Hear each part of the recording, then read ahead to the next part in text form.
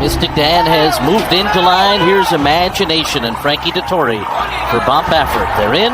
They're all in line. They're off in the Preakness. Mystik Dan came out very well. So to Imagination. Sees the gray. Goes up in between horses, and Brian Hernandez is going to take back on Mystik Dan as Sees the Gray takes the early lead. Imagination on the outside is second. These two to set the pace. 3 lengths ahead of Mystik Dan and Just Steel. Then Catching Freedom. Tuscan Gold in behind them. Uncle Heavy and Mugatu at the back of the pack. The opening quarter mile was 24.04 seconds for front-running Sees the Gray, who has seized the lead. And Frankie Dettori is keeping Imagination well off the rail in second, a length behind. And then comes Mystik Dan, who's on the rail just alongside of Just Steel. They've got 2.5 on Catching Freedom, who's fifth and 7 lengths off the lead. Then Tuscan Gold, Uncle Heavy on the inside, and Mugatu. 47.33 was the half mile for Sees the Gray, who heads up the backstretch in front with Imagination, his closest pursuer in second. Just Steel and Mystik Dan are heads apart, third and fourth.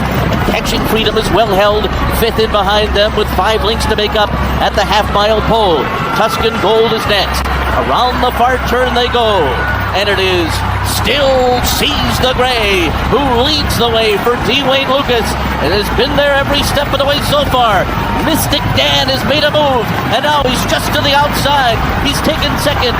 Then comes Imagination in third as they come to the top of the stretch. Sees the Gray turning for home in front. Mystik Dan confronts him. Catching Freedom now right behind and swinging to the outside. Sees the Gray is still there. Mystik Dan bearing down on the outside. Sees the Gray won't go away. Mystik Dan Catching Freedom moving down the center of the track, but DWayneLukas has got it. Sees the Gray wins the Preakness. Oh my! It was a photo behind him. Mystik Dan Catching Freedom. The 88-year-old legend DWayneLukas has done it. The oldest trainer to ever win a Triple Crown race. He turns 89 on Labor Day.